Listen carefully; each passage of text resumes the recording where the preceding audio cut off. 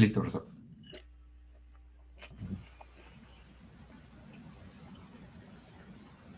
Gracias. Bienvenidos al seminario de hoy de la red LAFMAT, la Red Latinoamericana de Física de la Materia Condensada y Ciencia de Materiales. Es una comunidad que tiene como objetivo divulgar los avances de vanguardia de los investigadores latinoamericanos y facilitar la interacción entre investigadores latinoamericanos y destacados investigadores de todo el mundo. La red está integrada por investigadores de la Universidad Mayor de San Marcos, en Perú, la Universidad Federal de Pernambuco, en Brasil, la Universidad Rural de Río de Janeiro, en Brasil, la Universidad Fluminense, en Río de Janeiro, la Universidad Nacional de Colombia, el CIMBESTAF de México, la Universidad de San Sebastián, en Puerto Montt, Chile, la Universidad del Zulia, en Venezuela, el Centro Latinoamericano, el Centro Atómico de Bariloche en Argentina y otras instituciones latinoamericanas. En el día de hoy es una alegría inmensa presentarles al doctor Alejandro Colton. Alejandro Colton es un físico teórico que trabaja en sistemas dinámicos fuera del equilibrio. Obtuvo su doctorado en el Instituto Balseiro, Bariloche, Argentina, y realizó estancias postdoctorales en la Universidad de Ginebra, en Suiza, la Universidad Complutense de Madrid y la Universidad de Barcelona. Actualmente es investigador independiente del CONICET y profesor en el Instituto Balseiro.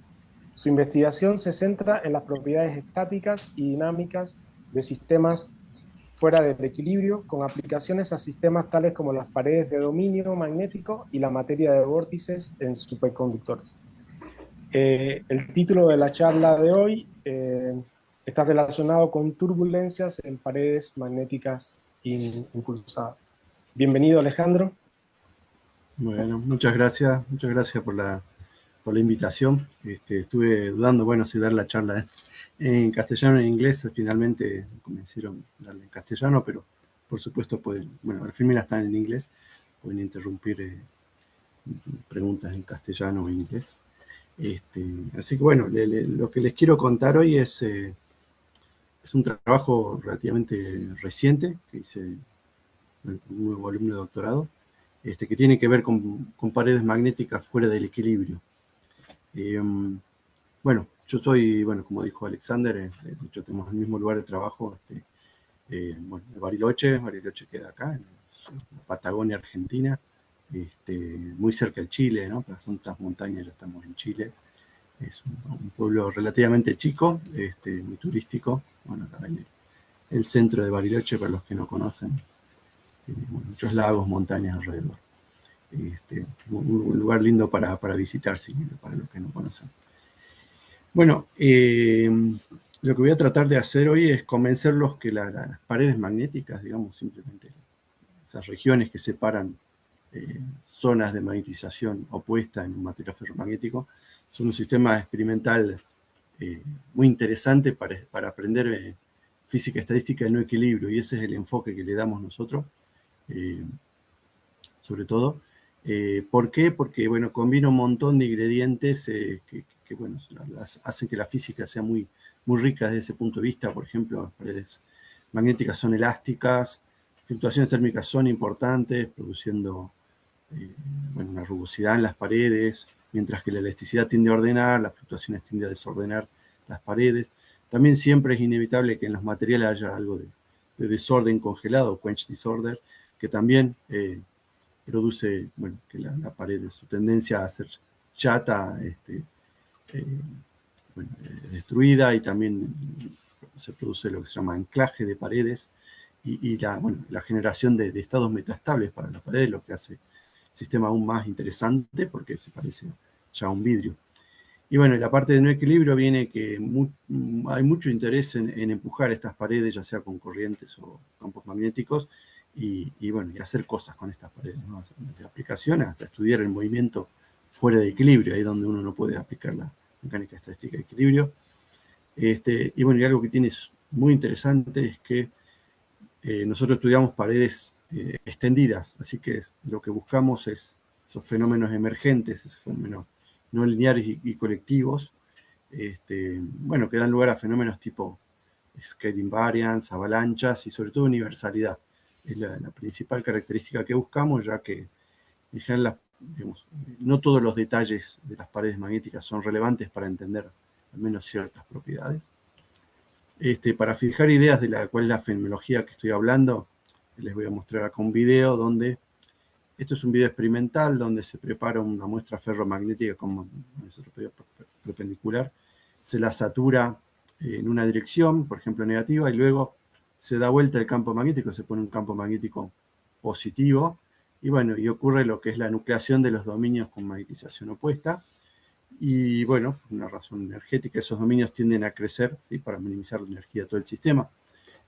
Pero, bueno, como ven, es un proceso dinámico que toma cierto tiempo y que tiene que ver con el crecimiento de estos dominios. Al fin y al cabo, la velocidad con que ocurre esta inversión de la magnetización tiene que ver con cuán rápido se mueven estas, que son las paredes de dominio, ¿sí? El gris oscuro representa la magnetización negativa, por ejemplo, el gris claro la positiva, y la zona que divide las dos regiones, lo que son las paredes magnéticas. Así que nosotros nos vamos a enfocar en lo que son las paredes, o sea, mirar muy de cerca lo que pasa con las paredes. Y si ustedes se fijan en esta película experimental, el movimiento de la pared avanza, pero de una forma muy, muy, bueno, como saltando, ¿no? Como generando avalanchas, enganchándose. Bueno, y eso ya hace ver la complejidad que hay por detrás. Es un sistema extendido, no lineal, desordenado, estocástico también. De hecho, las paredes, si no hubiera algo de temperatura, podrían quedar ancladas y no moverse para nada, aunque haya un campo aplicado. Y sobre todo fuera del equilibrio, ¿sí? Esto nomás para que tengan una idea. Estos experimentos típicamente de magneto-óptica se hacen a temperatura ambiente. Lo que recién les mostré es una película de 100 micrómetros de tamaño, ¿no? Pero bueno, nos vamos a enfocar entonces en lo que es el movimiento de paredes de dominio. Y bueno, hay mucho interés tecnológico en explotar el movimiento de paredes de dominio. Hay muchas propuestas. Bueno, quizá la propuesta, una de las pioneras, que en muchas citas, es esta de usar las paredes magnéticas como para hacer racetrack memories, ¿sí? Usar dominios y las paredes, moverlas para hacer, de alguna manera, construir una memoria no volátil, ¿no? De alta densidad. Y no solamente con paredes, hoy en día otras texturas magnéticas son incluso quizás más convenientes, como los esquirmios, pero bueno, es siempre la misma idea de usar estos dominios como memorias no volátiles, ¿no? Hubieron a lo largo de los años un montón de otras propuestas, algunas mucho más recientes en las que les mencioné. En particular, muchas de ellas se enfocan en esto de prometer algo ecológico, ¿sí? Hacer una memoria no volátil, por supuesto, ecológica. Y bueno, y de alta densidad, memorias de alta densidad, pero también, bueno, otras aplicaciones que están acá en la lista.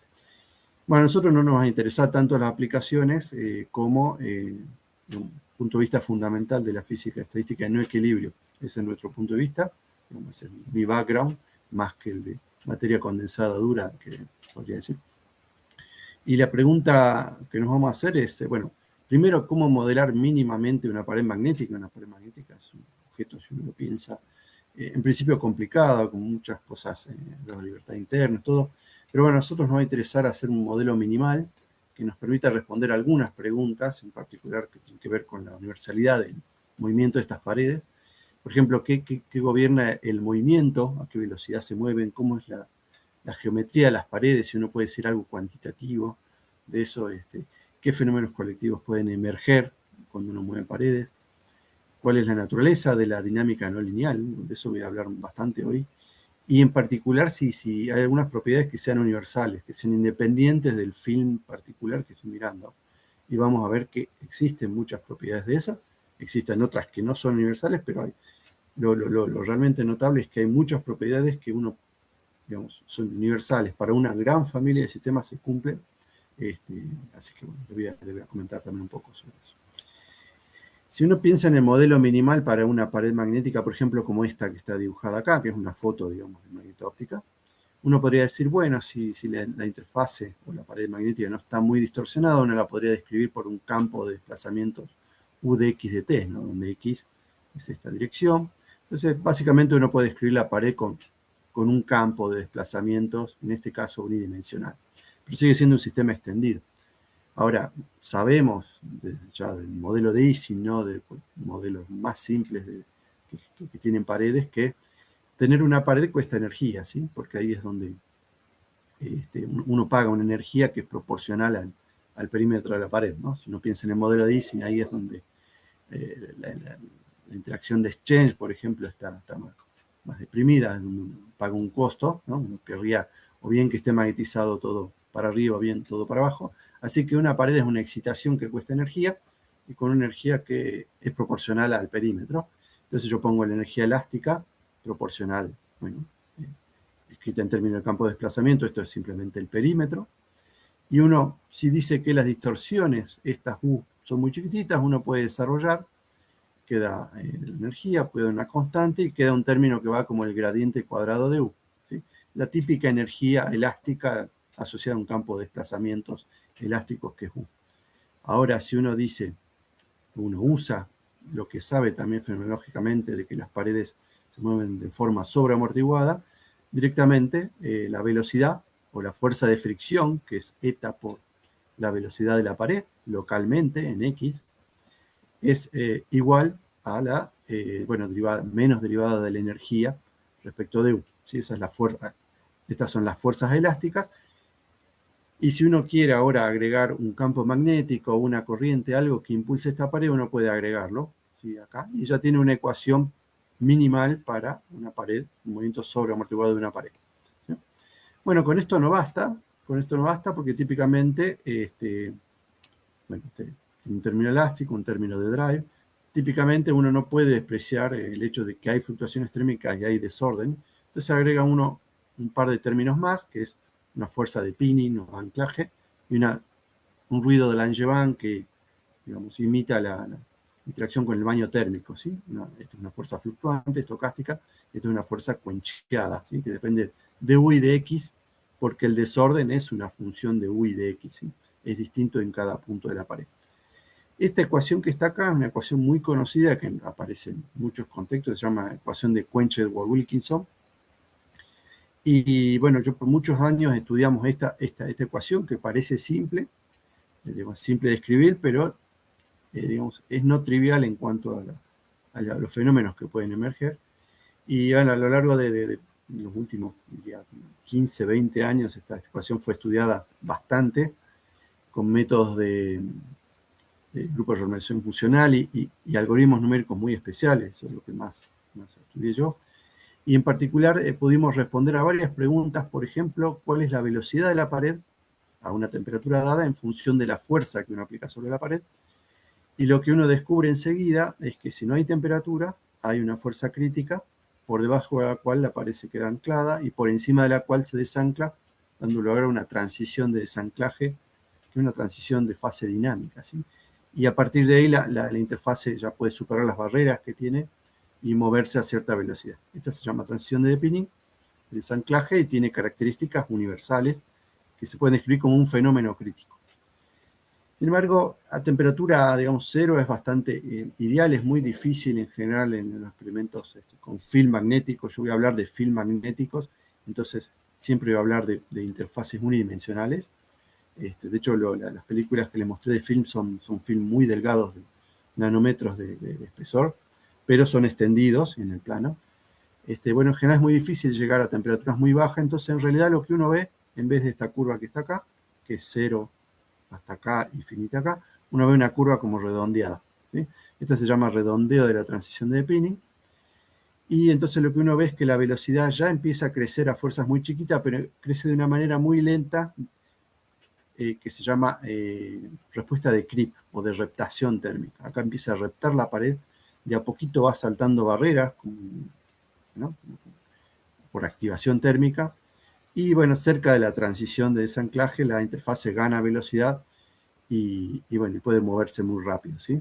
De hecho, el rango de estudio de las velocidades de las paredes magnéticas es muy amplio, y ahora les voy a mostrar, cubre desde bueno, nanómetros por segundo hasta metros por segundo, y dentro de ese rango aparece una respuesta universal, en particular en este régimen de reptación térmica, que le llamamos creep colectivo. Por ejemplo, una de las grandes predicciones de la teoría esta de la ecuación de Wilkinson Quencher-Wilkinson es que la velocidad en este régimen de fuerzas chiquititas, temperaturas relativamente bajas, la velocidad está escrita por una fórmula tipo Arrhenius de esta forma que está acá. Si uno la mira rápido, esta fórmula aparece simplemente una fórmula de activación térmica de Arrhenius, salvo que típicamente en Arrhenius la barrera que uno pone es constante. En este caso la barrera efectiva que ven las paredes extendidas es una barrera que depende del campo aplicado y que diverge cuando el campo tiende a cero. Así que esta es una respuesta altamente no lineal, o sea, no vale respuesta lineal en este régimen para nada. Y la velocidad crece muy lentamente con el campo. Fíjense que cuando el campo es chiquitito, esta barrera es enorme, así que esta respuesta es muy chiquitita. Y bueno, y a medida que uno aumenta el campo, la barrera decrece efectiva y empieza a aparecer una velocidad que está descrita por esta ley. Esto se verifica experimentalmente. Por ejemplo, si uno quiere verificar esta ley, lo que puede hacer es dibujar la velocidad versus campo, pero en vez de dibujar versus campo como estamos haciendo acá, podemos dibujar la velocidad, el logaritmo de la velocidad versus el campo a la menos un cuarto, y si uno ve que hay una recta, quiere decir que esta ley está funcionando. Y como verán acá, en 8 órdenes de magnitud de velocidad, 8 órdenes de magnitud, se cumple la ley. O sea que es una ley realmente robusta. Y algo que tiene también de robusto es que hay un exponente especial acá que se llama mu, exponente de Crip, que vale un cuarto. Y vale un cuarto para una familia de sistemas. Y bueno, por eso ahí hablamos de que esta respuesta es universal. Y esto es algo que se observa en muchos films, no solamente en este que estoy mostrando acá, que es un film.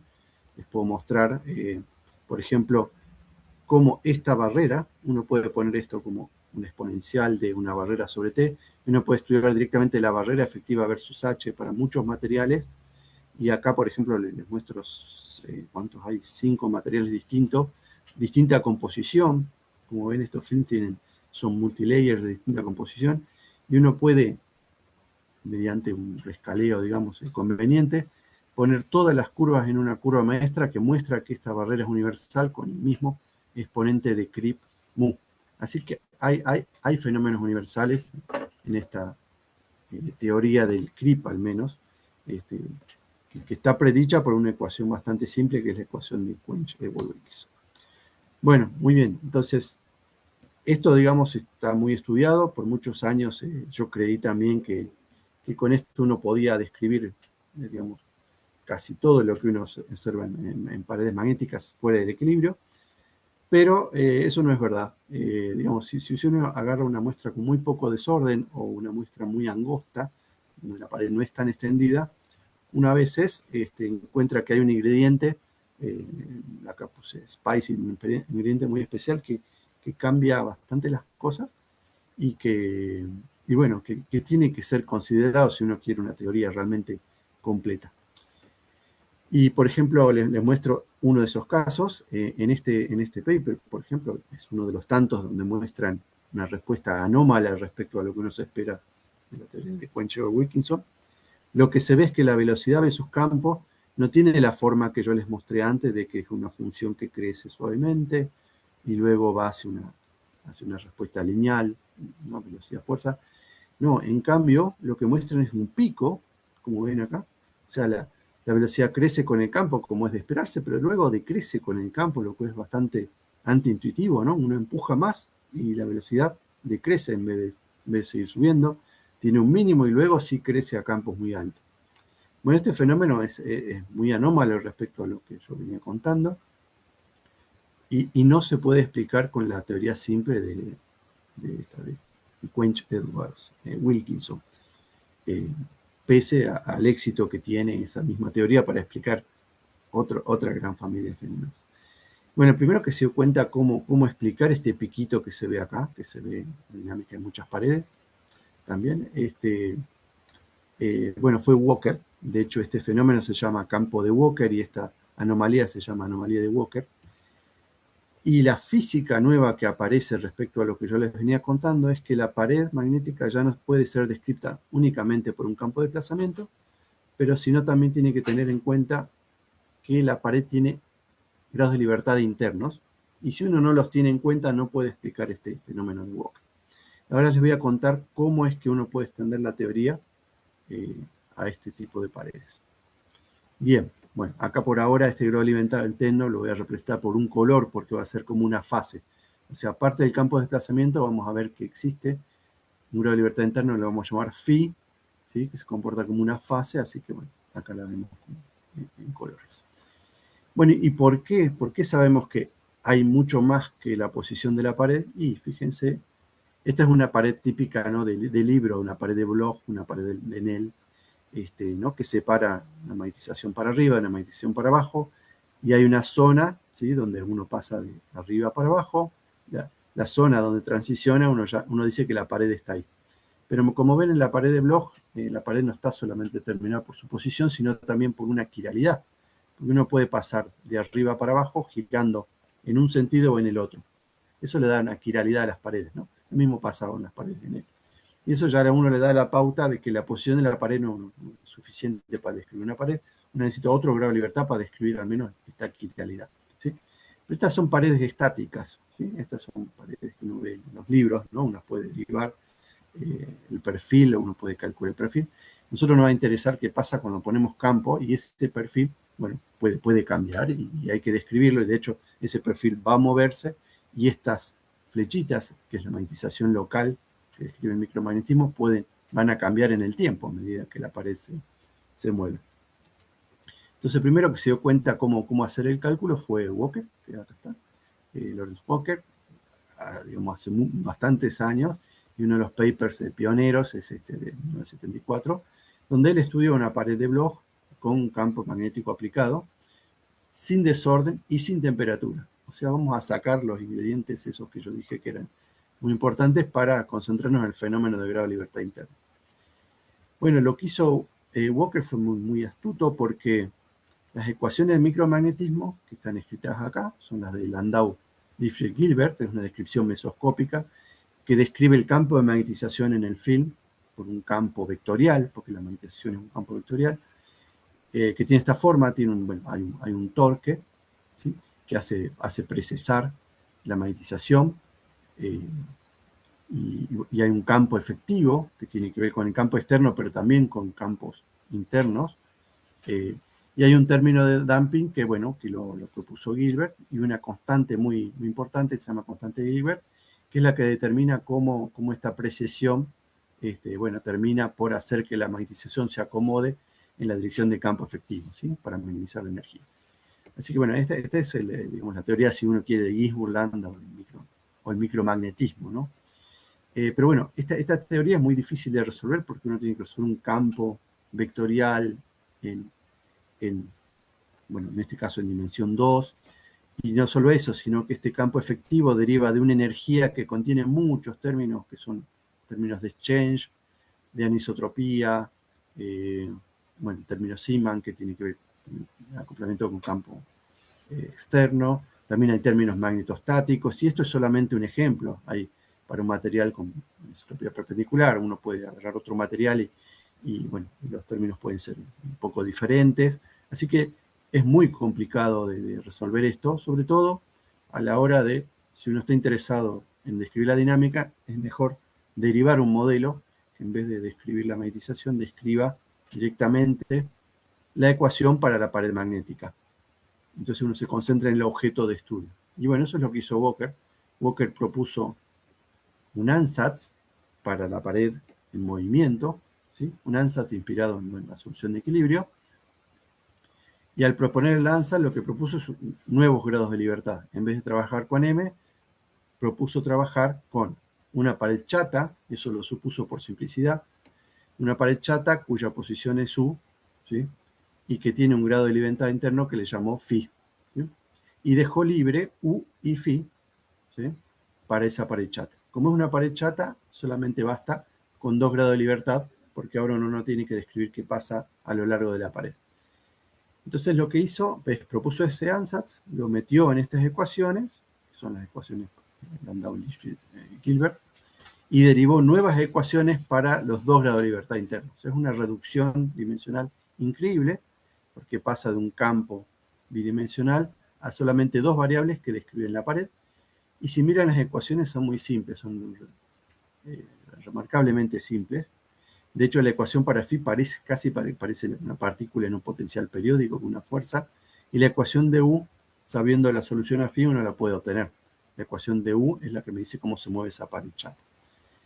Lo que tiene de sorprendente, aparte de la simpleza, es que si uno resuelve estas ecuaciones, uno puede sacar cuál es la velocidad media del grado elemental interno phi, que dicho sea paso representa qué ángulo forma la magnetización dentro de la pared, y U representa de nuevo la posición de la pared.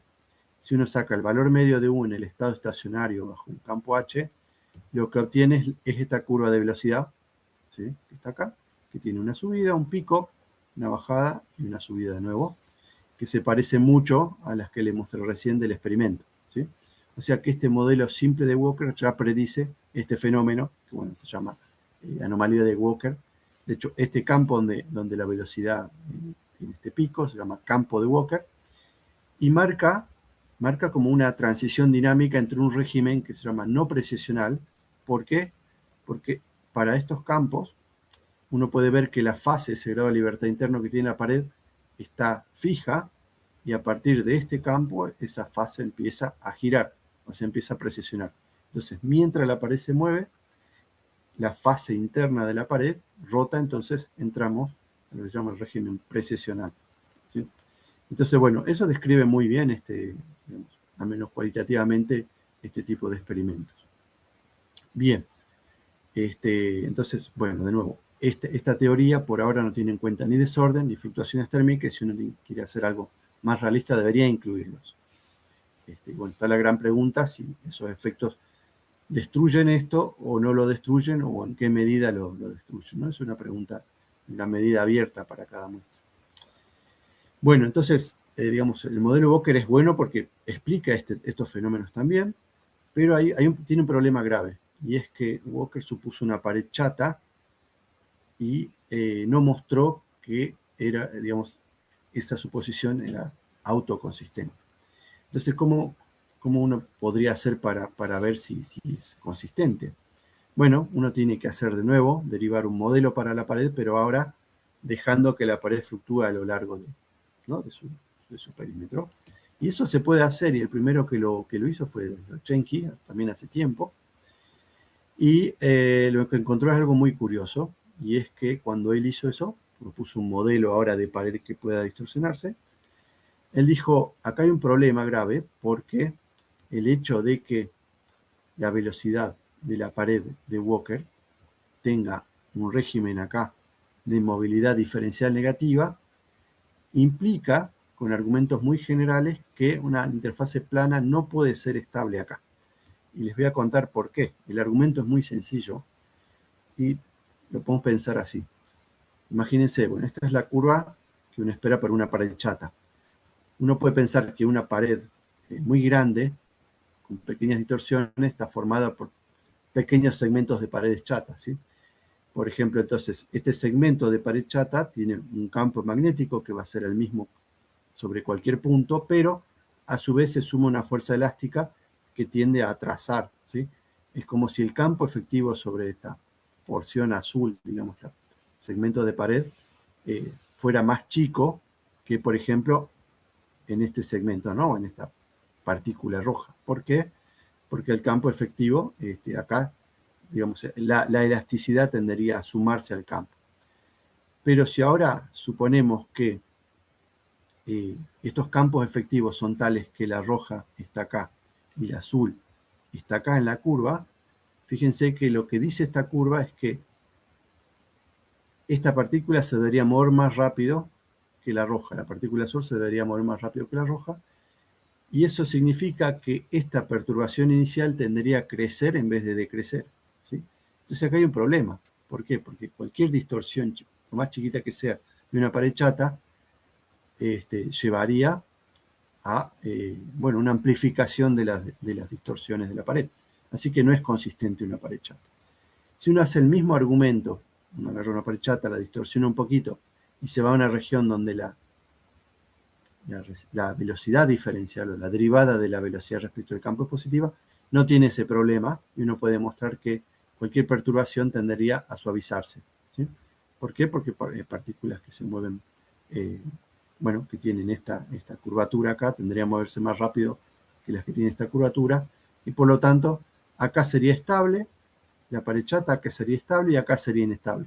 Y ese fue el argumento de Slowensky para decir, hay un problema, ¿sí? O sea que la solución chata, de una pared chata en movimiento, aún sin desorden y sin fluctuaciones térmicas, no es consistente. Entonces, esta es la predicción que hizo Slowensky, diciendo, bueno, acá la pared chata es estable, acá es estable en movimiento y acá tiene que ser inestable.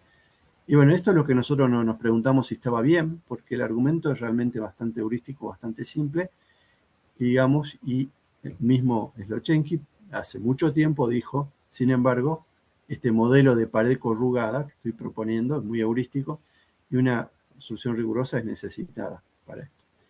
Bueno, lo increíble es que no hubo ninguna solución muy rigurosa desde el 72. O sea, quizás porque las aplicaciones se enfocaron en paredes muy angostas y no en paredes extendidas. Así que bueno, eso es lo que nosotros nos propusimos, es hacer la teoría completa y resolverla en todo detalle para paredes extendidas. Y bueno, y eso es lo que hicimos. Derivamos un modelo que se llama coordenadas colectivas, que es este modelo que reduce la ecuación de Landau-Gilbert a una ecuación de una pared, pero ahora una pared extendida que tiene una posición que ahora sí depende de x y de t, y un grado de libertad interno que también depende de x y de t. Pasamos a ese modelo, no voy a entrar en detalles cómo, es una cuenta bastante larga, pero las ecuaciones no son muy difíciles, son estas ecuaciones, ahora son ecuaciones diferenciales derivadas parciales, esto ahora es un campo de desplazamiento, este es un grado de libertad interno, son ecuaciones acopladas que tienen una parte espacial. Como ven, estos laplacianos están, acá se ve claramente que hay un acople, ¿sí? Entonces ahora uno tiene que resolver estas ecuaciones, son mucho más tratables que resolver el micromagnetismo, y bueno, y ver qué pasa con esta solución. Estas ecuaciones son no lineales, eso es lo que la hace complicada, debido a este seno de 2 phi que aparece acá, y eso lo hace no trivial. Pero por ahora nos vamos a concentrar en lo que le vamos a llamar modelo UFI, sin desorden y sin fluctuaciones térmicas, y le voy a mostrar que aún en ese caso ocurren cosas muy interesantes, muy ricas. Entonces, bueno, eso es lo que hicimos. Así es como llegamos al modelo de paredes con grado de libertad internos. Y ese es el trabajo que, bueno, terminamos hace poco con Fabricio Pusiol, que es realmente el que hizo el trabajo duro, que también hicimos en colaboración con Viviane Lecomte de Grenoble, Sebastián Bustingorri de Bariloche. Pero bueno, el protagonista acá es Fabricio Pusiol. Y bueno, fue publicado muy recientemente, hace un par de semanas, en Física Real. Así que les voy a contar porque acá tenemos bastantes respuestas a las preguntas estas. Y de todas esas respuestas que tuvimos, les voy a contar los resultados principales, que son el análisis de estabilidad de las paredes en movimiento, y en particular qué pasa en el límite termodinámico, que es una pregunta que uno se hace mucho en física estadística, ¿no? ¿Qué pasa cuando el tamaño de la pared se vuelve tiende a infinito, ¿sí? En el límite termodinámico. Así que les voy a contar esos dos resultados. Entonces, empezamos por el problema que se planteó Walker, que es el de la estabilidad de las paredes planas. ¿Puede una pared plana moverse sin distorsionarse? Bueno, lo que hicimos nosotros, en vez de usar el argumento heurístico, al que teníamos nuestras dudas, es resolver este problema, primero, usando perturbaciones, que es lo típico, ¿no? Uno empieza con una pared plana, ¿sí? Y propone pequeñas variaciones respecto a esa pared plana, por ejemplo, ¿no? El tamaño épsilon. Si uno hace evolucionar las ecuaciones, si uno ve que esas pequeñas distorsiones se amplifican, quiere decir que la pared chata, ¿sí? Es inestable. Si esas pequeñas fluctuaciones respecto a la pared chata se minimizan, entonces quiere decir que la pared, en el tiempo, quiere decir que la pared es estable. Bueno, por supuesto, para hacer este cálculo, lo que uno hace es típica teoría de perturbaciones. Uno pone que la solución es la solución de la interfase chata, o sea, la que no tiene Laplaciano, que es la solución de Walker, más una perturbación que sí depende del espacio y del tiempo, que uno la supone chiquita. Si uno la supone chiquita, uno puede desarrollar este seno y linealizar las ecuaciones, lo típico cuando uno usa teoría de perturbaciones. Entonces uno convierte este sistema de ecuaciones diferenciales en un sistema de ecuaciones lineales que valen para tiempos cortos, ¿sí? Pero que ahora uno puede usarlas para analizar la estabilidad. Bueno, las ecuaciones resultantes para las perturbaciones son ecuaciones también ahora lineales, más parciales, pero lineales. Ahora uno las puede tratar. Bueno, que dependen de la solución de la pared chata, que uno ya la tiene también. Entonces uno puede analizar ya la estabilidad. Como estas ecuaciones están acopladas espacialmente, conviene pasar al espacio Fourier de las perturbaciones, y en esa descripción uno tiene ecuaciones muy sencillas, que uno las puede poner en forma matricial, para los modos.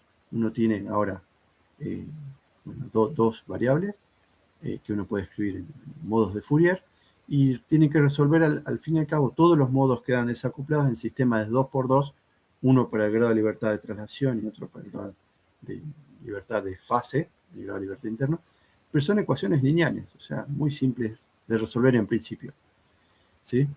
Entonces, bueno, uno tiene que resolver esto y ver si esta dinámica, que está determinada por esta matriz B, hace que las perturbaciones crezcan o decrezcan, ¿sí? Básicamente, en ese tipo de exponentes, de autovalores, ¿no?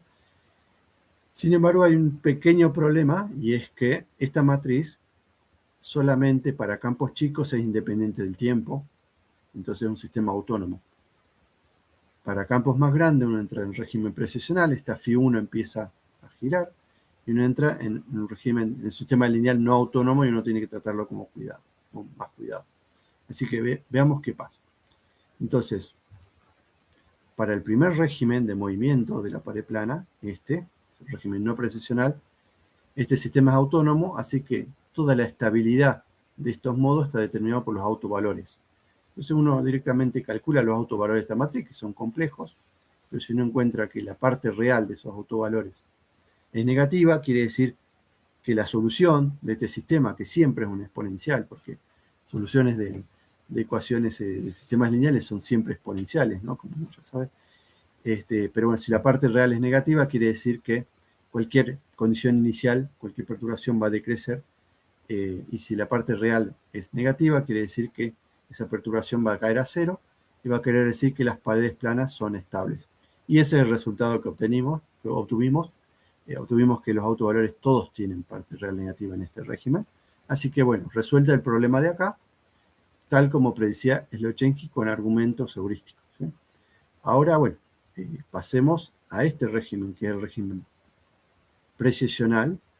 También va a estar descrito por un sistema lineal como este, a primer orden en perturbaciones. Pero ahora el problema que vamos a tener es que el sistema va a ser no autónomo, porque esta φ1 va a depender del tiempo. Entonces, ¿cómo podemos resolverlo?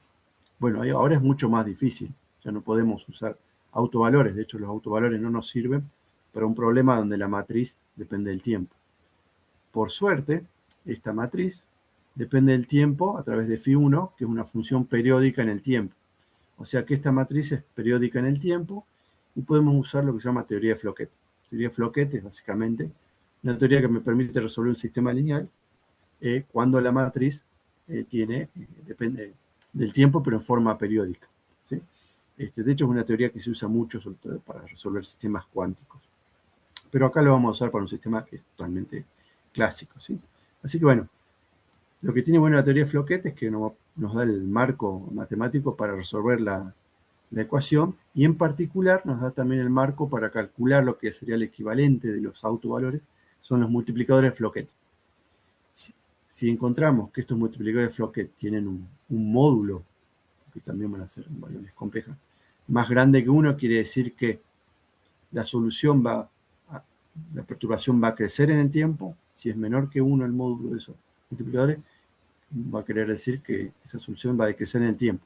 Así que, mirando estos multiplicadores, nos vamos a dar cuenta si la pared chata es estable o no. Y eso es lo que hicimos en el trabajo. Y bueno, para nuestra sorpresa, cuando dibujamos los multiplicadores de Floquet, fíjense, por ejemplo, algunas de estas curvas, en función del número de onda de los modos y en función del campo, ¿sí?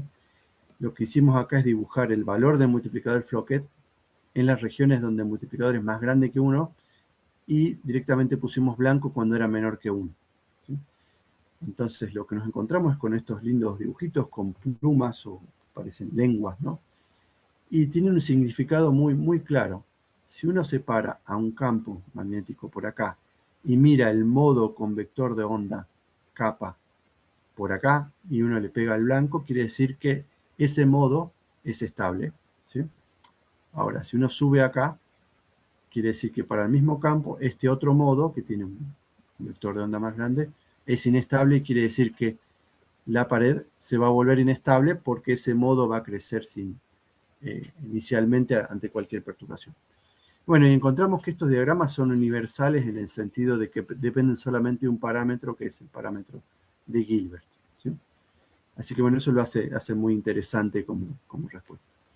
Pero para entender mejor qué significa esta, veamos qué pasa con una pared concreta de un tamaño finito. Veamos qué pasa, cómo depende del tamaño y del campo. Entonces, elijamos un valor de alfa y analicemos estos diagramas. Si uno tiene una pared muy chiquitita, el modo fundamental de la pared tiene un vector de onda que es 2pi sobre L. Si L es muy chiquito, ese 2pi sobre L puede caer acá arriba. Y todos los armónicos, más arriba, todos en zonas blancas. Entonces, como no hay ningún modo inestable, porque ninguno de estos modos toca la zona de estas lenguas, uno puede decir que paredes de este tamaño son estables y la pared chata va a ser estable. ¿Sí? Entonces encontramos que nuestros diagramas nos dicen que si la pared es muy chiquitita, se va a mover y se va a mantener su forma plana. Sin embargo, si yo ahora aumento el tamaño del sistema, este modo fundamental va a bajar y bueno, el primer armónico va a estar un poco más arriba, pero ya vemos que el modo fundamental ahora de la pared, ¿sí? El modo fundamental, según qué campo yo aplique, va a estar en la zona blanca o en la zona azul o en la zona blanca de nuevo. ¿Sí? Entonces van a haber ventanas de campo donde la interfase va a ser chata y ventanas donde va a ser rugosa, ¿sí? Debido a este efecto de esta corrugación, ¿no? Esta inestabilidad. ¿Sí? Entonces, bueno, ya vemos que la respuesta es mucho más complicada de lo que uno esperaba a priori. De hecho, uno puede ver esto, ¿no? Esto lo que implica nuestro estudio es que acá la pared chata en movimiento es estable, acá es inestable, acá es estable de nuevo, y es bastante caprichosa la respuesta. Si uno aumenta más el tamaño del sistema, pueden pasar cosas como esta, que el modo fundamental sea estable en todo este rango, pero al mismo tiempo el primer armónico, ¿sí? La forma de Fourier, puede ser inestable en el mismo rango de campo. Así que con que haya un modo inestable ya sabemos que la pared va a ser inestable. Entonces, bueno, ya podemos realmente saber con estos diagramas cuándo es estable y cuándo no es estable la pared chata. Así como muestro acá. La zona roja es inestable porque al menos un modo es inestable. Basta con que uno sea inestable para que toda la pared sea inestable. Así que, bueno, podemos entender eso. Bueno, y lo que encontramos entonces es que si bien acá la pared chata es estable, acá depende mucho del tamaño del campo aplicado y en particular descubrimos que no es cierto que solamente las paredes van a ser inestables, como indicaba el argumento heurístico, en la región donde la velocidad decrece. O sea que el argumento heurístico no funciona. Y este cálculo más riguroso nos indica que la respuesta es bastante más rica de lo que uno espera. Así que bueno, esa es la primera conclusión que llegamos y eso muestra, bueno, que la inestabilidad de las paredes chatas se extiende mucho más que el régimen que se pensaba al principio. Bueno, perdón. Entonces, esto tiene consecuencias muy interesantes. Si esta es la curva de velocidad versus campo para una pared chata, para una pared de tamaño intermedio, la respuesta se vuelve esta que está acá, que como ven a veces se pega con la solución chata y a veces se despega, justamente por estos rangos donde la pared, digamos, pared chata es estable, ¿sí? Cuando es estable se pega a la solución negra y cuando es corrugada se despega. Y uno puede ver que la velocidad cambia, pero no solo la velocidad, sino la corrugación que uno la puede medir. Por ejemplo, estudiando la varianza de la interfase en función de campo, uno descubre que acá tiene varianza y de golpe la varianza cae, indicando que la pared se vuelve chata y luego se vuelve rugosa. Es un movimiento bastante particular. Y bueno, y resulta que este tipo de comportamiento sí se observa experimentalmente en muchos sistemas. Y bueno, y nosotros estamos ahora intentando, digamos, bueno, que este efecto se mida con más precisión para poder chequear estas ventanas que la teoría predice. Bien, así que bueno, entonces, estas son ya simulaciones del modelo no linealizado, ya es el modelo full, y también mezcladas están simulaciones micromagnéticas que muestran que el modelo que usamos de pared es totalmente consistente con el micromagnetismo. ¿Sí? Que bueno, es como una validación del modelo y validación de las predicciones sobre lo que se espera en general. Bueno, bien, entonces hay consecuencias muy marcadas. Y bueno, lo increíble es que esto que se creía, que las paredes eran corrugadas solamente en el régimen, digamos, pasaron 50 años para, digamos, para darnos cuenta que no, que el régimen de inestabilidad se podía extender mucho más que el rango que va desde el máximo hasta el mínimo, ¿sí? Si ven acá, del máximo al mínimo, hay zonas donde la pared es corrugada, pero también zonas mucho más allá donde también es corrugada. Así que bueno, eso es lo que nos enseñó el análisis de estabilidad. Entonces pasemos al segundo resultado importante y que da el título a la charla, que es qué pasa en el límite termodinámico de interfaces gigantescas. Cuando la interfase es gigantesca, tiene muchos modos, de hecho tiene una densidad de modos, ¿sí? Porque separados 2π sobre L, donde L va a infinito. Si ahora entonces uno los representa los modos acá como puntitos muy cercanos, si uno tiene un campo muy grande, uno puede ver que todos los modos caen en una zona del diagrama de estabilidad donde la pared chata es estable. Entonces quiere decir que aún en el límite termodinámico, si el campo es muy grande, una pared chata de movimiento es estable. Sin embargo, hay un momento donde estos modos, alguno de estos modos toca este punto y en ese punto pasa algo especial. Un modo en particular se vuelve inestable y hay una transición de fase dinámica, ¿sí? La interfase se empieza a modular y si yo sigo aumentando el campo, otros modos se vuelven inestables y la pared se vuelve corrugada. Entonces tenemos una transición de fase dinámica en este campo particular, que le vamos a llamar HC, entre una interfase chata y una interfase corrugada de movimiento. Bueno, y eso es bueno, uno de los principales resultados que obtuvimos ya en el límite termodinámico. Ahora eso no es lo único interesante que ocurre, sino que al haber tantos modos inestables y al haber un acoplamiento no lineal entre ellos, pasa una cosa mucho más fuerte, que es lo siguiente, que les voy a contar, que es, bueno, que para poder verlo nos vimos obligados a simular interfaces gigantescas, ¿sí? Con alta densidad de modos. Para eso entonces paralelizamos estas ecuaciones usando códigos en CUDA, implementándolas en GPUs y obtenemos los siguientes resultados, ¿sí? Empezamos con una pared muy grande, ¿sí? Y acá les muestro lo que es el tránsito. Empezamos con una pared, nos paramos en este campo que está acá, donde sabemos que algunos modos se tienen que volver inestables. Por eso es que la interfaz inicialmente chata se volvió inestable y para sorpresa de nosotros lo que descubrimos es que después de una fase, de un trance en donde la interfase parece ser periódica, la interfase después de un tiempo, en el régimen ya estacionario, se vuelve totalmente caótica y irregular, ¿sí? Entonces, esto es lo que nosotros llamamos turbulencia.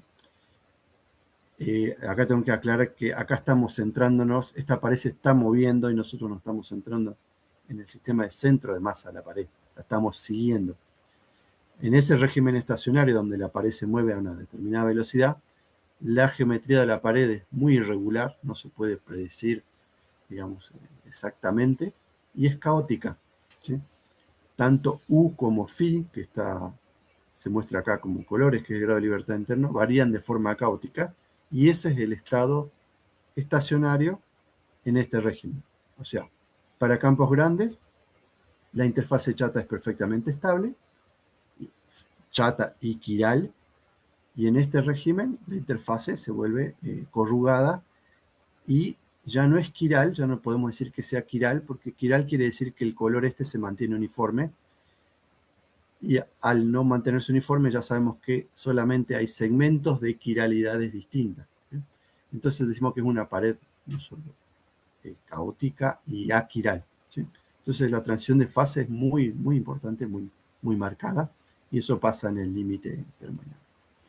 Bueno, uno puede caracterizar, ¿no? Como uno en los sistemas caóticos, si uno quiere estar seguro que el sistema es caótico, uno estudia factor de estructura, uno puede estudiar el ruido que hace, por ejemplo, el espectro potencia de la velocidad, y lo que encontramos básicamente es lo que se espera en un sistema caótico: ruido de banda ancha y una corrugación bien descrita por leyes de potencia, lo que nos da la pauta de que esta interfase es no solo corrugada, sino que encontramos que es autoafín, que es rugosa, en el mismo sentido que se le da cuando uno estudia interfaces random, ¿sí?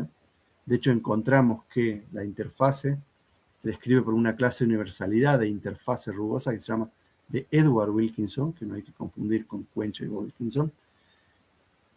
Y o sea que este régimen caótico puede ser descrito a su vez por modelos más simples que están en clases de universalidad de sistemas que son conocidas en la física de interfaces estocásticas. O sea, conectando de nuevo algo que es micromagnetismo con algo que es totalmente general de la física estadística. De nuevo emerge lo que buscamos, emerge un comportamiento universal, pero hay una gran diferencia. Esta vez el comportamiento universal aparece sin desorden y sin fluctuaciones térmicas. Todo emerge por la dinámica interna y la dinámica caótica. Así que bueno, eso conecta este fenómeno con un montón de otros fenómenos que no tienen nada que ver. Por ejemplo, crecimiento de algunos cristales está descrito por la misma ecuación con la que se corruga las paredes magnéticas en forma determinística, ¿no? En nuestro caso. Así que bueno, esos son los principales resultados que quería contarles. Lo que me parece que es bueno de este trabajo es que ahora tenemos un framework para separar lo que es las inestabilidades que son intrínsecas del sistema de la pared magnética de las extrínsecas, que son los efectos de ruido térmico y desorden. Y en particular encontramos en un sistema que muy particular, propiedades universales y caos espacio-temporal. ¿Sí? Caos espacio-temporal fue observado en un montón de otros sistemas químicos, sistemas de sincronización, sistemas muy diferentes, pero no en este sistema en particular. Así que bueno, eso es uno de los principales, por eso es uno de los principales resultados de nuestro trabajo. Así que bueno, con eso me gustaría agradecerles por la atención y bueno, todos los créditos a mi nuevo estudiante de doctorado, que realmente es el que puso todo el trabajo, que hizo el trabajo numérico, el cálculo analítico. Así que, bueno, muchas gracias por la atención. Y acá pueden bajarse el preprint, pueden escanear el preprint del trabajo. Bueno, muchas gracias.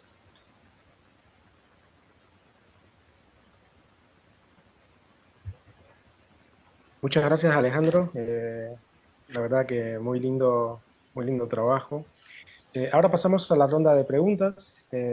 Profesor Stuart Holmes de la University College London. Do you have any questions? Thank you, Alexander and Alejandro. Muchas gracias. Is it okay to speak to you in English, I guess? Yes, no problem. Thank you for your talk. Very, very interesting field. I have a few technical questions. So the collapse of the different material properties onto the same line with in the ultra slow gene, is that independent of anisotropy in the system? Does magnetic anisotropy play a role in that behavior? All these materials have a perpendicular anisotropy. Okay. Yeah. I mean, that this when we are, I mean, is in that sense there is a family, but yes, not any. I missed that. Most of them, yeah. Sorry, I didn't. What is that why you use the polar Moog? Yes, exactly. You showed the polar Moog. Exactly. Yes. Thank you. I've got that. Yeah, here it is. Here it is. Yes, in all this experiment, they can use this technique. Yeah. You have this. You have the ferromagnetic semiconductors. You have the CoFab. You have this very different. Very interesting that they have this universal behavior. Yes. Of Thank course, you. in all the system, disorder and thermal fluctuations are important. So the phenomena I just described about this Walker instability is not very visible in these samples. So let's say in some other samples, these peaks and peak anomaly is present, but not in this one. An open question is why disorder screens completely this effect in these samples. This is for the moment open, and we hope to disentangle these two things now that we understand what happens without disorder and thermal fluctuation. Maybe we're in better position to understand why the Walker anomaly is not very present in some samples, and in some other samples it is present. I have one further question, and that is, I mean, physical domain walls usually have some kind of structure to them. They can be things like a vortex domain wall. Is the reason that you included chirality to understand some of that structure?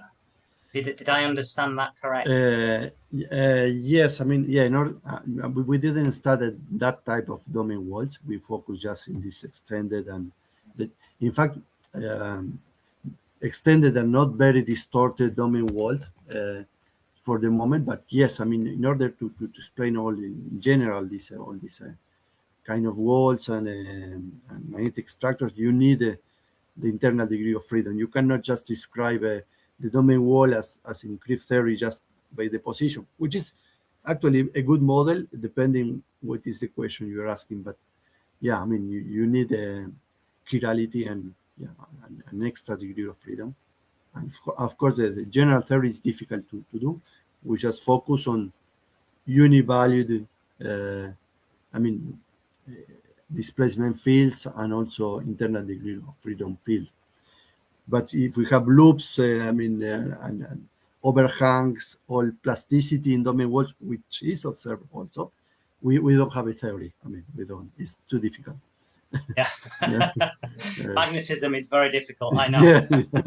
The whole field. Alejandro, muchas gracias. Many thanks for your talk. Very interesting. Thank you very much. Thanks, Alexander. Thank you. Thank you very much, Professor Holmes.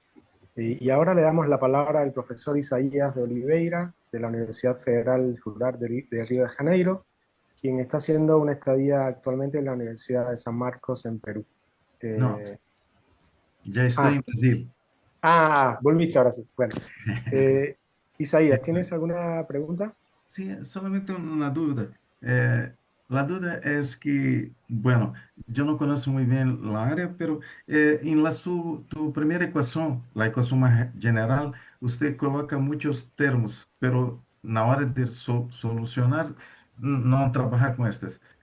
Sí, pero el trabajo es fantástico. Pero yo tengo una duda, bem de principiante. Usted escreve que el potencial de barrera es exponencial inversamente proporcional, tanto de temperatura cuanto del campo magnético. En la respuesta al principio, ¿no?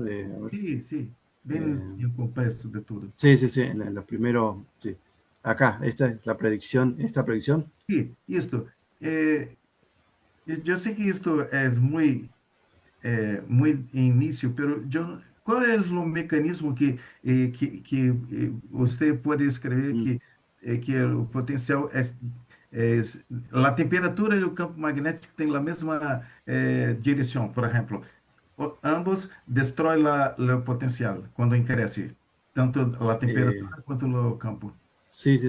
Sí, bueno, se puede interpretar digamos, en primer medida, si la interfase fuera una partícula, esta ley sería simplemente la ley que dice cómo una partícula, por ejemplo, va saltando barreras, ¿no? en un potencial inclinado. Uno se esperaría esta fórmula, pero con una barrera fija acá, ¿no? Por ejemplo, la barrera típica.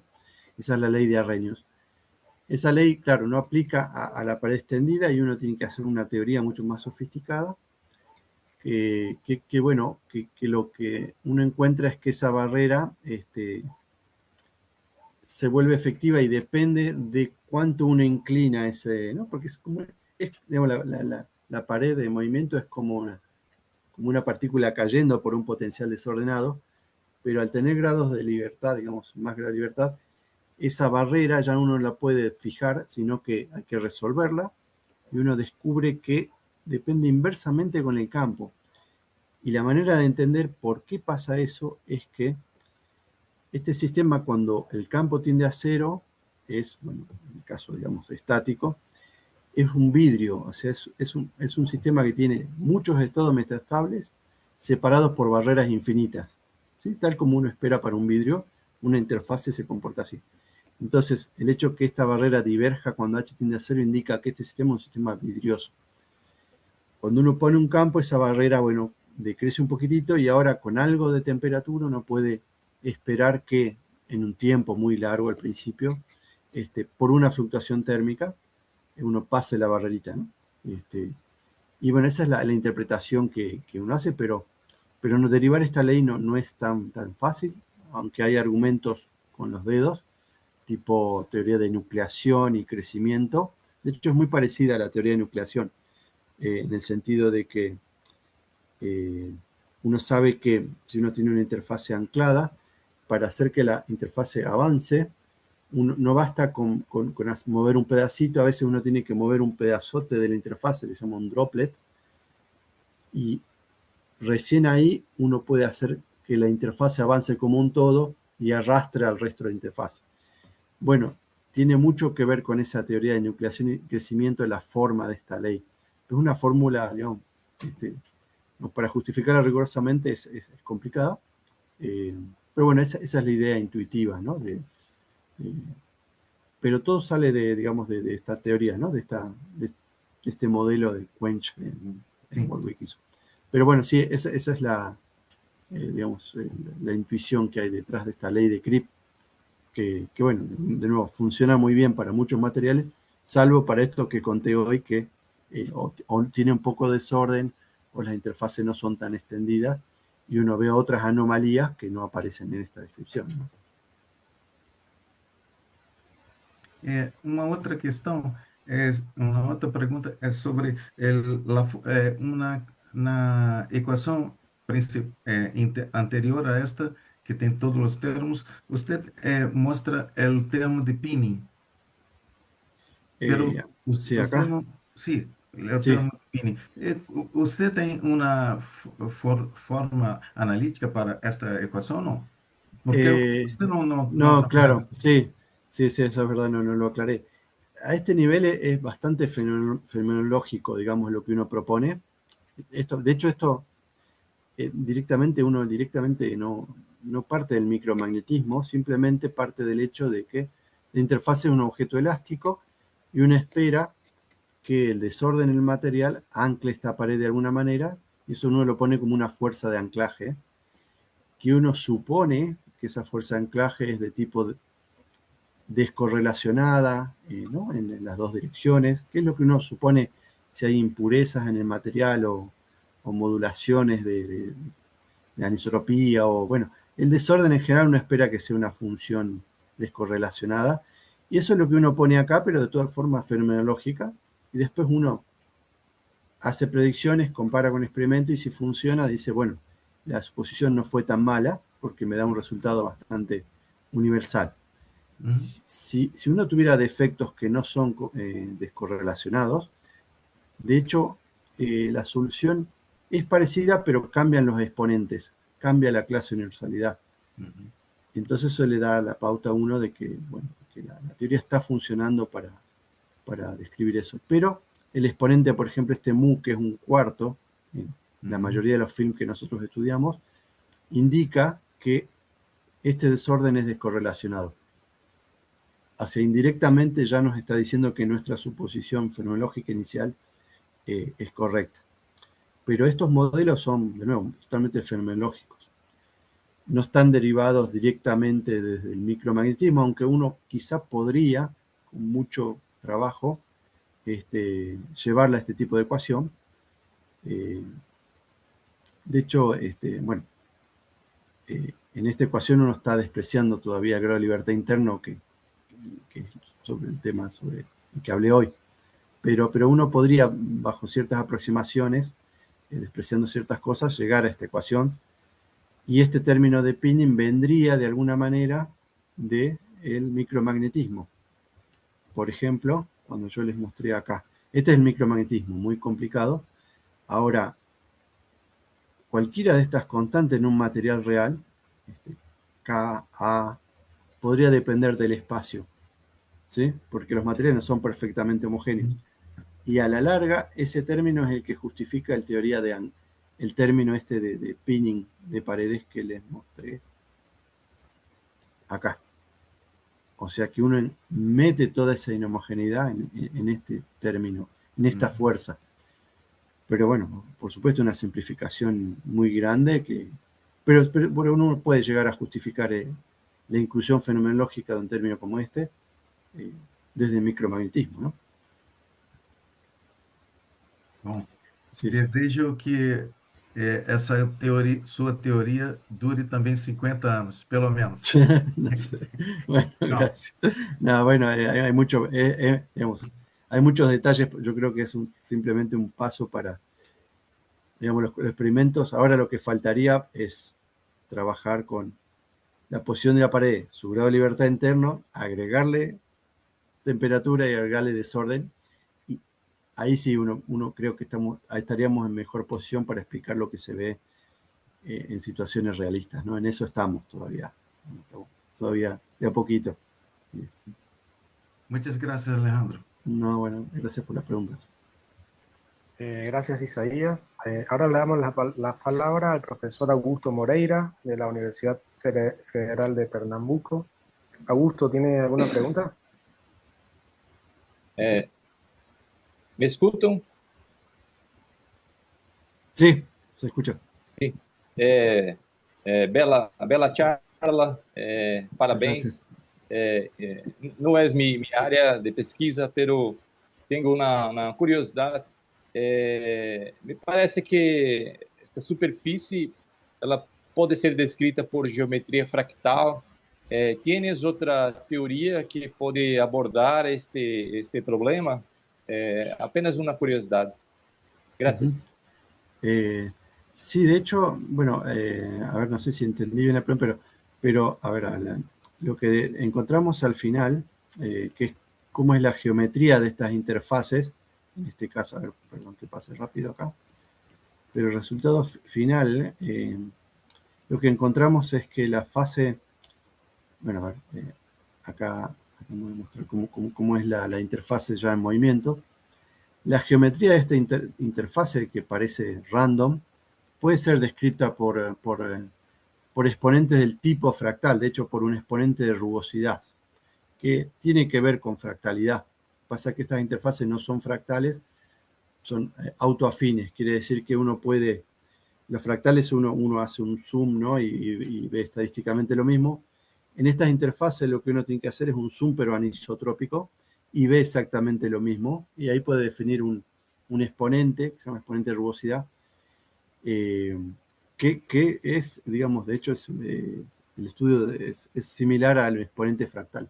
Entonces, de ese punto lo hicimos y encontramos un exponente, bueno, justamente este exponente -2 tiene que ver con un exponente del tipo fractal, se llama exponente de rugosidad, y ese es el que conecta con otros fenómenos, ¿no? Que también se estudian desde la teoría de la fractalidad.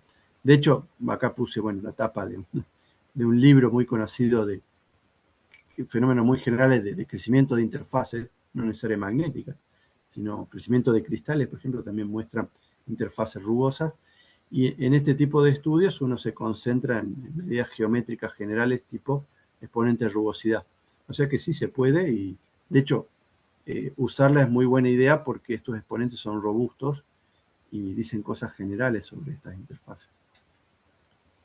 Así que sí, no es muy relevante la observación. Sí, ok. Gracias. Bueno, muchas Parabéns. gracias. Muchas gracias. Gracias, Augusto. Ahora le damos la palabra a la profesora Gabriela Grat de la Universidad Nacional de Córdoba. Gabriela, ¿tienes alguna pregunta? Hola, ¿qué tal? Hola, Alejandro. Hola, ¿qué tal, Gabriela? ¿Cómo andas? Felicitaciones, re lindo el tema, bueno, sumamente interesante. Yo le quería dar también lugar a Cecilia Jiménez, que quería saludar o preguntar algo, Buenísimo. que está por acá, creo. Hola, acá estoy. Ahí está. Hola, hola Ceci, ¿qué tal? ¿Qué tal? Muy linda la charla. No pude verla completa porque en el medio tuve que salir un rato y volver, pero estuvo muy interesante. Quería preguntarte sobre el tema de las dimensiones. ¿Esto es en 2D, en 3D? ¿Tiene otras geometrías? O sea, aparte de lineal, puede ser en forma circular o cómo es eso. Bueno, a ver, lo que uno espera, digamos, sí, la interfase, digamos, no quiere decir lo que yo decía, una interfase chata, si uno trabaja en un material tridimensional sería como una sábana chata, ¿no? Ya una, Pero claro, y uno podría preguntarse lo mismo, cómo esa sábana se distorsiona, ¿no? Ujú. Bueno, ese estudio no lo hicimos en 3D, pero más complicado, obviamente, computacionalmente, pero esperamos que pase. Bueno, habría que estudiarlo, pero esperamos, digamos, que el método al menos sea aplicable también para ese caso. Lo que es cierto es que hay mucho interés tecnológico en los films delgados, por eso nos concentramos ahí, pero sí, también se puede hacer una teoría que describa una pared, que ahora es realmente una sábana o como una membrana en un material 3D, ¿no? ¿Y sería más o menos el mismo tratamiento? ¿Se complicarían más las ecuaciones? Sí, se complicarían un poco las ecuaciones, creo. Sí, aparecerían, creo, laplacianos en otras direcciones, otros acoplamientos, pero no tan diferente. O sea, me parece que la teoría no sería tan diferente. Obviamente hay que tener cuidado porque en distintas dimensiones las fluctuaciones son más o menos importantes. Entonces ya no sé, quizás en dimensión más baja las inestabilidades sean más fuertes que a dimensión más alta. Y ahí ya no sabría decirte cómo cambiaría el diagrama de estabilidad que hicimos, ¿no? De las paredes chatas. Bien. Bueno, muchas gracias. Bueno, gracias. Gracias. Nos vemos. Gracias, Cecilia. Gracias, Ahora, Gabriela. ahora le pregunto yo. Dale. Está bien. Eh, bueno, un poco, ¿cómo haces el pasaje al micromagnetismo? Porque vos decís, bueno, esto Mm. no me queda claro cómo empalma con el Sí, micromagnetismo. Y después, bueno, vos mostrás simulaciones de micromagnetismo y decís que, bueno, que son consistentes con esto, entonces, sí, ese tipo de... sí. Bueno, acá, por ejemplo, los puntos es simulaciones de micromagnetismo usando MUMAX, que bueno, es uno de los tantos software que usan para resolver estas cosas. Y la línea marrón es la resuelta con el modelo efectivo, que directamente para la pared. Así que bueno, anda bastante bien. Y eso es bastante sorprendente que funcione bien porque pasamos del micromagnetismo, que es una teoría, a ver lo que vamos por atrás, que bueno, que es complicado, ¿no? Uno puede resolver, obviamente, pero para sistemas chiquititos. A ver que vaya por atrás. Eh, ¿Dónde estamos? Claro, a ver, acá. El micromagnetismo sería resolver estas ecuaciones con toda esta energía, derivarla acá. Fíjense que derivar esta energía respecto de M me va a dar un campo efectivo muy complicado, un montón de términos acá. Son unas ecuaciones bastante horribles, ¿no? Porque aparte todo en 2 dimensiones, un montón de cosas acopladas. El pasaje se hace desde acá a una teoría que tiene otros grados de libertad. Yo a veces lo explico como cuando uno estudia, por ejemplo, en mecánica, teoría de cuerpo rígido, uno sabe que el cuerpo rígido tiene un montón de grados de libertad en el sistema termodinámico, y sin embargo uno termina describiéndolo por la posición del centro de masa y 3 ángulos de Euler, ¿no? Uno termina con 6 grados de libertad. Y uno dice, bueno, ¿y por qué funciona eso si no? Es una reducción muy brusca, ¿no? Y bueno, uno está haciendo una aproximación que el cuerpo justamente es rígido. Acá es parecido. Pasamos de decir que las soluciones de estas ecuaciones con una pared pueden ser descritas efectivamente despreciando un montón de grado de libertad y concentrándose solamente en algunos. Así es como pasamos de M, ¿no? M en 2 dimensiones, un campo vectorial, o sea, 3 campos en 2 dimensiones, a una teoría mucho más simple, bueno, que es una que tiene, a ver, vamos a poner ya el modelo final, que es este, que tiene solamente 2 campos unidimensionales. Y yo creo que la explicación es esa, que la física relevante al final estaba, al menos lo que hace a las cosas de paredes, ¿no? A la dinámica de paredes, estaba en estos grados de libertad. Es como pasó con el cuerpo rígido, ¿no? Uno puede describirlo sin preocuparse por las pequeñas deformaciones del cuerpo, que en realidad uno sabe que un cuerpo se va a deformar un poquito, pero en la aproximación o lo que uno observa no se va a notar. Así que bueno, el paso es ese se llama Collective Coordinate Approach, que es reducir el número de grados de libertad al mínimo indispensable. En este caso, bueno, fueron 2 campos nomás, ¿no? Todo quedó en este U y en este Phi. Y después encontrás que eso funciona. O sea, Y después, claro, no quería encontramos que, claro, después, por las dudas comparamos porque dijimos, bueno, quizá no funciona, quizá es una aproximación muy burda, pero bueno, digamos, fue una de las primeras cosas que hicimos es hacer este tipo de... A ver, perdón, paso rápido. Y eso vale, eso lo probaron para distintos sistemas, que, o sea, ahí probaste, vi que tenés oro y cobalto, platino y cobalto. Bueno, no, los experimentos eso no lo hacemos nosotros, eso yo lo mostré al principio como para decir cómo aplica la teoría en otros casos. No, nosotros directamente hicimos todo teórico y estudiamos, a ver, este micromagnetismo lo hicimos para un material genérico, pusimos algunos valores que se corresponden, sí, a platino, cobalto, platino, pero valores, digamos, bastante genéricos, no pensando en un material particular, ni pretendiendo describir uno en particular, porque de hecho en estas simulaciones no pusimos ni desorden ni fluctuaciones térmicas, así que simplemente queríamos ver consistencia teórica entre una descripción que supuestamente es mucho más microscópica y a la que la gente de magnetismo le tiene mucha más fe, a una descripción más efectiva que la gente que hacemos más física estadística nos gusta más porque podemos sacar más conclusiones, mostrar que hay una correspondencia. Bueno, hicimos eso. Y aparte ahora, comparar todo esto con experimentos queda abierta porque faltan, digamos, agregar ingredientes. Pero bueno, haber separado lo que es intrínseco de extrínseco me pareció importante, ¿no? En el camino para hacer eso. Buenísimo, Alejandro. Buenísimo. Bueno, gracias, David. Re buen trabajo. Muy bueno tu becario. Gracias. Sí, De Córdoba creo que es, ¿no? Sí, es de Córdoba. Sí. Sí, importado de Córdoba. Sí. Capaz que lo tuvieron de alumno ya. Yo he ¿No? escuchado hablar de él y sé que trabajó con Noelia. Sí.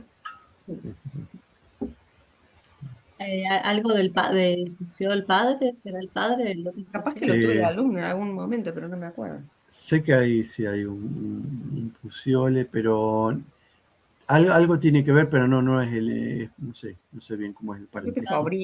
sobrino. Sí, pues sí. Yo creo que lo tuve en mecánica. Algo así. De alumno. No estoy seguro. Le voy a preguntar. Sí. Sí. Pero sí está muy motivado. ¿Quieren continuar con la ronda de preguntas? Gracias, Ale. Gracias, Gabriela. Ahora le damos la palabra a Enrique Moncada de la Universidad Mayor de San Marcos, en Perú. Henry, ¿tienes alguna pregunta?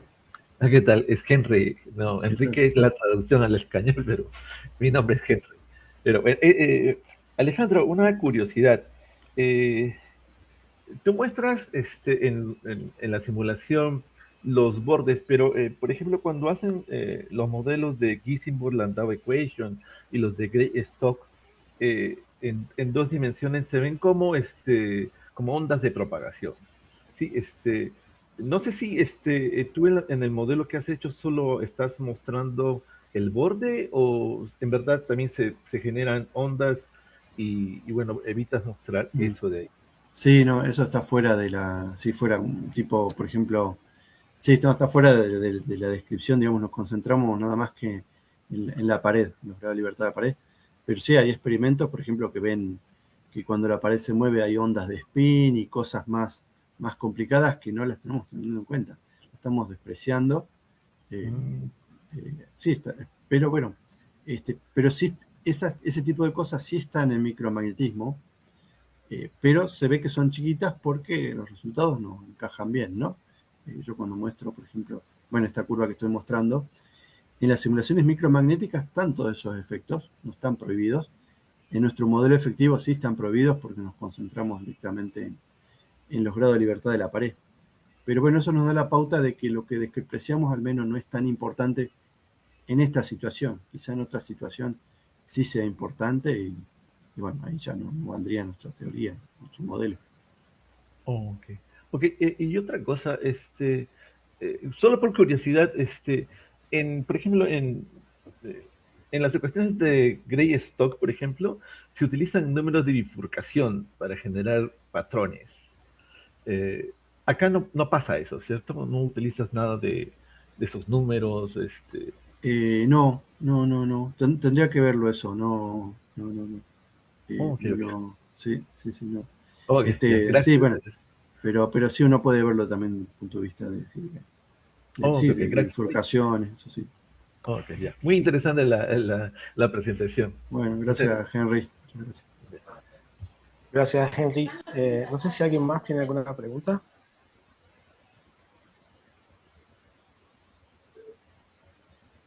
Buenos días, Buen día. ¿me escuchan? Sí.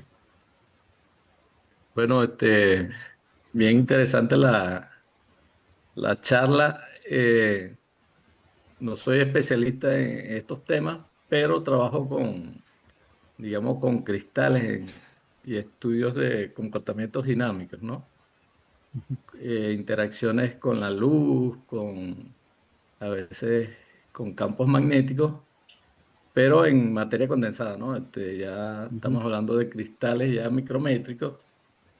Y, por ejemplo, en interacciones con luz, hemos visto, hablaste al final de eso, del crecimiento de cristales.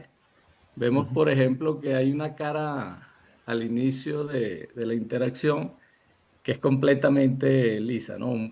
Es Ujú. bien plana la... Luego de la interacción vemos eso, que se deforma.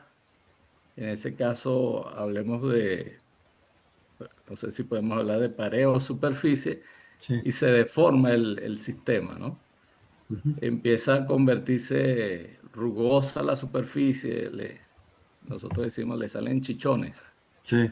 un poco de protuberancia y cambia definitivamente. Eso con la luz, pero hay sistemas dinámicos, por ejemplo, en cristales moleculares, donde hay interacciones con la temperatura, que hay transiciones de spin, ¿no? Efectos de spin crossover, que yo me imagino que puede ocurrir lo mismo, porque ahí esos efectos van asociados a cambios en las distancias, acortamiento o alargamiento de distancias de enlaces, ¿no? Yo no sé si uno puede evaluar esas cosas. Y lo otro que me parece interesante es el tema de la quiralidad.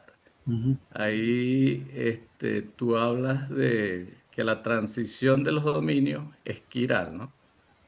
Eh, En, en claro, cristal. sí. Bueno, lo que hace, por ejemplo, a ver, acá si yo paro a ver, por ejemplo, una pared quiral sería algo así, ¿no?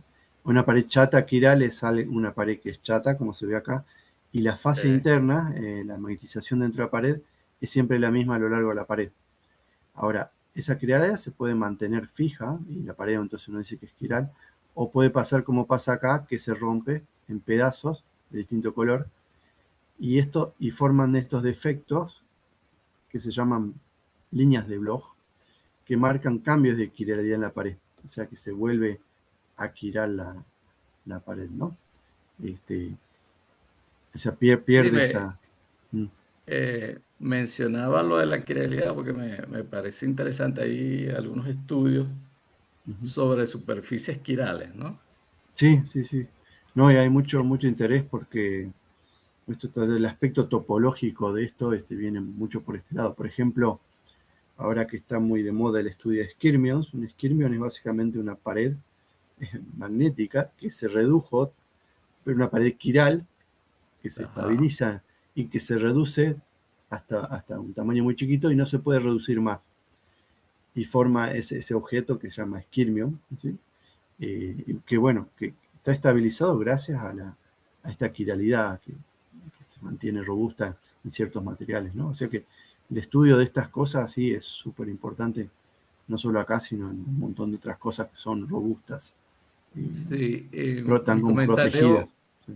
mi comentario iba más o menos en esa dirección. Uno puede desarrollar cristales quirales o aquirales, ¿no? Entonces puedes inducir un sistema con una cierta quiralidad, lo que uno llama en química, en química molecular, un isómero R o S o la mezcla de los dos, ¿no? Entonces sería interesante evaluar ese tipo de... Sí. Pero ahí estamos sistema, hablando ¿no? ya del material, digamos, Claro, claro. y no de la pared magnética, que es como el patrón No, magnético. pero para también, evaluar sí. el efecto, ¿no? Sí, sí, Sobre sí. ya Sí, introduciendo una quiralidad definida en el sistema, claro. cómo es ese comportamiento dinámico luego, Sí. si se amplifica, se anula o Ok, ahora entiendo, si es trasladarlo a ese. a Sí, ese sí, sí, nivel. es buena pregunta. Sí, sí, sí. Porque en cuestiones ópticas, esa Claro. quiralidad ayuda a amplificar algunas propiedades no lineales, ¿no? Por ejemplo. Ok, sí, eso sería interesante. Sí, sí. Entonces, bueno, Sí, sí, sí, es interesante. bien interesante. Bueno, gracias Claro. por la presentación. Bueno, gracias. Gracias. Acá el profesor Carlos Rudamás de la Universidad de El Salvador dejó un mensaje. Dice: doctor Colton, muy interesante su presentación sobre paredes magnéticas. Yo lamentablemente tengo que retirarme por unos asuntos de último momento que debo atender. He aprendido mucho en su presentación. Gracias. Muchas gracias. Y Melvin y Jimena, ¿hay preguntas del público a través de las redes sociales? Buenos días, profesor Alexander. No hay preguntas aquí del público en nuestras redes. Por mi parte tampoco tengo preguntas. Muchísimas gracias por la charla. Igual lo manifiestan en las redes sociales. Bueno, muchas gracias. Gracias. Y bueno, Alejandro, no sé, ¿tienes algunas palabras de despedida? No, bueno, muchas gracias por la invitación. Un placer participar de la red, finalmente. Así que, bueno, me alegro mucho que exista esta red. Me parece que hace falta una red así. Gracias, Alejandro. Ahora, si quieres, podemos dejar de compartir la pantalla y, bueno, invitamos a todos los panelistas a que pongan sus cámaras. Y también los micrófonos para despedir a Alejandro. Bueno, nos vemos. Nos estamos viendo. Entonces, hasta luego. Hasta luego. Hasta luego a todos. Chao. Chao, hasta luego. Buen fin.